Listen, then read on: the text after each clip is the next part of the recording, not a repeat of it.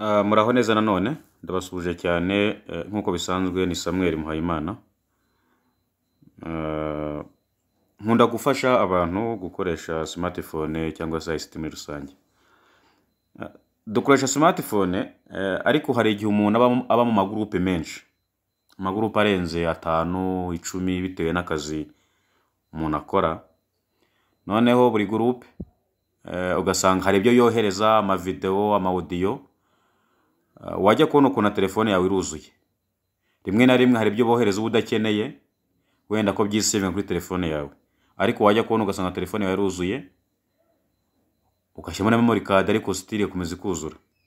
So tugiye kurebera bimwe rero nk'isomo ry'umunsi ne gute wabuza ibyo abantu bakoherereza guhita byibika kuri telefone yawe utabihaye uburenganzira.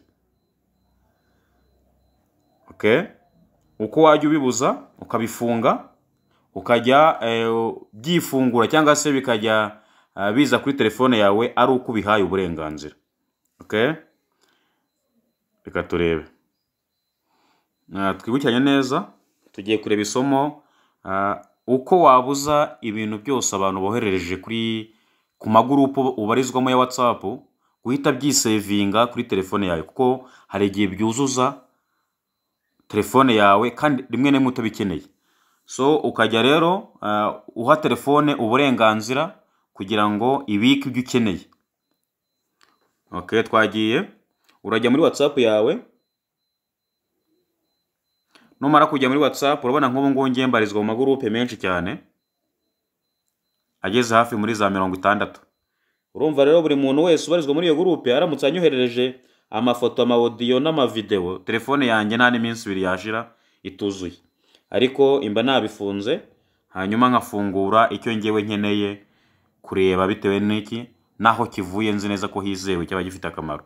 So ndahita nza muri telefone yanjye nindangiza ndajya hano mu tudomo dutatu muri dashboard, njye muri setting, nindangiza ndabona ijambo ryitwa ngo data and storage usage, network usage auto download. So aha rero no tubifungira. Okay, uraza ukoremo, numara gukoramo numara gukuhakanda urabona ahantu handitse ngo when using mobile data. Hano biravuga ngo ni igihe wowe waguze internet ukoresheje nyine bundle, nyo twita ngo ni bundles, ama megabytes. So aha rero nicyo bari kuvuga, urakandamo umenye ngo bimeze biti. Urabona using mobile data baravuga ngo igihe uzari ukoresha data zawe cyangwa bundles zawe waguze, photo, audio, videos and documents bigiye bitabyi downloading. Kuko ndamutse mfunguye gutya hose nkahavivura gutya, bivuze ngo ibyo umuntu anyoherereje muri groupe bizaba biza kuri telefone yanjye kandi rimwe na rimwe hari igimba ntabikeneye. So ubwo rero wowe urasanga havivuye, nusanga havivuye uhafunge. Wenda tuvuge niba ukeneye amafoto yonyine uraza urekeraho amafoto, ibindi bifunge gutya. Ariko niba ukeneye ko byose uzajya ubiha uburenganzira byose ubikuramo gutya, noneho ukore okay, icyo gihe ntabwo bizaba byidownloadinga kuri telefone yawe, ahubwo nujya ugikenera uzajya ugikanda mu usanga umuntu yacyohereje kitifunguye, none ugikandemo kibone gufunguka ugisome. So noneho hano hasi handitse ngo when connected on Wi-Fi. Noneho ni igihe uri gukoresha za Wi-Fi cyangwa se Wi-Fi ziriya za ku bigo by'amashuri cyangwa se ahantu runaka nko mu mahoteli n'ahandi hatandukanye, niyo twita Wi-Fi, wireless connections. So aha naho urakandamo kugira ngo utange uburenganzira mu gihe uzaye ukoresha Wi-Fi. Ese urashaka ko byose byifungura?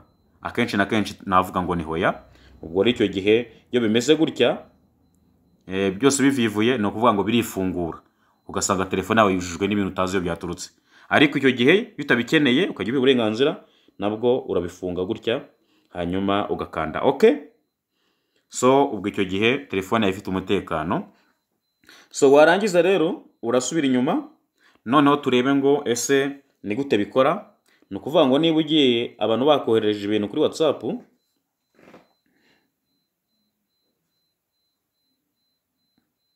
niba bakoherereje ibintu kuri WhatsApp by'amafoto, nk'ubu wajyamo ukareba nyine aho babikoherereje, hanyuma wasanga urugero nk'ubu ngubu hano niba harimo amafoto ndasanga atarigeze yifungura keretse nyahaye uburenganzira. Ubu ni iyi document ninjye wayifunguye kugira ngo mbashe kuyisoma menye ngo iravuga ibiki, ariko ntago yifite uburenganzira bwo kwifungura kuko Imana yayifunze. Okay, nk'ibi ninjye wayifungura. Urabona nk'iki ngiki nitureba neza iki kintu cyoherejwe yesterday, urumva cyoherejwe ejo hashize kandi ndi kuri connection cyagomye kuba cyahise kifungura, ariko kuko nagifunze ntabwo cyemeye kwifungura. So aha rero niba nkikeneye koko mbona no muntu hari ibyo yanyunguraho cyangwa se wenda se ubutuma yamaye mbukeneye, ndakandamo. Ni nkandamo kirifungura, urabona ko kiri gufunguka, nikimara gufunguka ngisome. Okay, so nimbona gikeneye nyine nibyo numva nagikeneye nyisibe, urabona. So urabona nk'ibi ninjye bifunguye kuko nari mbikeneye. Urabona nk'iki cyanze gufunguka, iki nacyo no kuvuga ngo ntari igihe aho giturutse ntari imizeye. So no kuvuga ngo rero niba ntagikeneye directly ndagisibira hano kitiriwe kijya kuri telefone yanjye. Okay, ndagikandamo ndatsinda jya mutoki nyikandemo njye hano hejuru nyisibe, urabona nkandemo ngisibe. Okay, nkomfaminge ngisibe kitarajya kuzuza telefone yanjye. Okay, so nibi ngibi nabyo ntabwo mbyizeye, ndabikandamo ngende bisibe. Okay, so ndebe n'ibindi bitafungutse nk'iki nacyo ngisibe. So rero mwakoze cyane ni ukubikora, mubigerageze. Nimubona byanze wampamagara nkaguha ubwunganizi nta kibazo. Nimero yanjye ni 0782 So murakoze mwikwe gukora subscribe mukaye no kunzogera kugira ngo mujye mubona video z'ikoranabuhanga ku gihe.